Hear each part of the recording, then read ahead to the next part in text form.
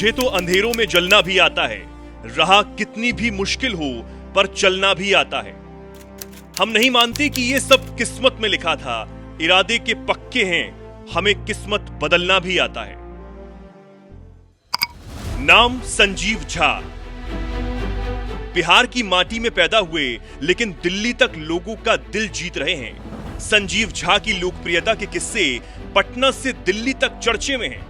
लेकिन इन दिनों संजीव झा एक नए मकसद की वजह से चर्चे में है। संजीव झा का दिल्ली तक सफर तमाम उतार चढ़ाव से भरा रहा। इस सफर में कई लोग थककर हार मान जाते हैं, लेकिन संजीव झा ने अपने अटूट हौसले से कामयाबी की ऐतिहासिक कहानी कैसे लिखी, आज हम उसे भी जानेंगे। लेकिन उससे पहले आपको उनके बारे में बताते हैं कि आजकल दिल्ली में पूर्वांचल के लोगों के बीच अचानक क्यों उनके नाम का शोर है।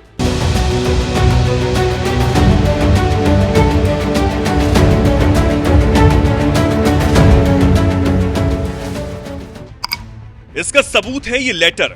ये लेटर क्या है? इस लेटर के चंद हरफों में पूर्वांचल के लोगों की अटूट आस्था कैद है। इस लेटर में आस्था के महापर्व छठ को लेकर दिल्ली के उपराज्यपाल से एक भावुक अपील की गई है।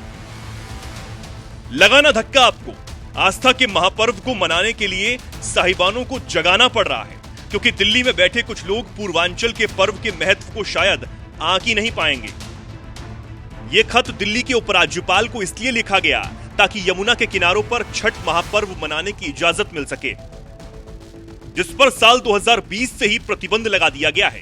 कोरोना के कारण DDMA यानी दिल्ली डिजास्टर मैनेजमेंट अथॉरिटी ने यमुना के किनारे पूजा करने पर रोक लगा दी थी। DDMA के चेयरमैन होते हैं उपराज्यपाल, लेकिन 2023 में LG साहब ने एक आदेश निकाल दिया कि छठ पूजा के कारण यमुना गंदी होती है, इसलिए यमुना के किनारे छठ पूजा नहीं हो सकती। लेकिन हर साल आग्रह करने के बाद भी यमुना के घाटों की विभत्स तस्वीरें दिखाकर किनारे पर छठ पर्व मनाने को प्रतिबंधित कर दिया गया। इससे न सिर्फ पूर्वांचल और उत्तर भारत के लोगों की आस्था को ठेस पहुंची, बल्कि उन्हें अपना सबसे बड़ा पर्व मनाने में हजारों तकलीफों का सामना भी करना पड़ता है।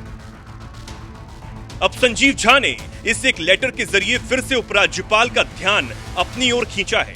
हैरान करने वाली बात यह है कि अब तक LG के ऑफिस से कोई एक्शन भी नहीं लिया गया, जबकि छठ पर्व में सिर्फ 1 महीने का ही वक्त बचा है। लेकिन अब संजीव झा ने ठान लिया है, पूर्वांचल के लोगों की खातिर वो आवाज उठाते रहेंगे, कोई उन्हें रोक नहीं पाएगा। संजीव झा का जन्म बिहार के मधुबनी में एक सामान्य परिवार में हुआ। पिता BSNL में एक कर्मचारी हुआ करते थे। गांव में पले और बढ़ने के कारण संजीव झा ने गरीबों और मिडिल क्लास फैमिली की हजारों तकलीफों को नजदीक से देखा है। इन्हीं संघर्षों की वजह से जब संजीव झा पहली बार बुराड़ी विधानसभा से चुनावी मैदान में उतरे तो जनता का इतना बड़ा जनादेश मिला कि रिकॉर्ड वोटों से वो विधायक चुने गए। साल 2015 में फिर से उन्हें मौका मिला और फिर से वो विधानसभा पहुंचे। 2020 में भी जीत का सिलसिला चलता रहा। अच्छे काम का नतीजा और लगातार लोगों की आवाज बनने की वजह से उनकी लोकप्रियता दिन दोगुनी रात चौगुनी होती चली गई। लेकिन इस बार उन्होंने एक विधायक की हैसियत से नहीं, एक भक्त और एक याचक बनकर दिल्ली के उपराज्यपाल से गुहार लगाई। आपको क्या लगता है कि क्या LG जानबूझकर पूर्वांचल के लोगों की आवाज नहीं सुन रहे, या इसके पीछे उन्हें अपना सियासी नुकसान नजर आता है?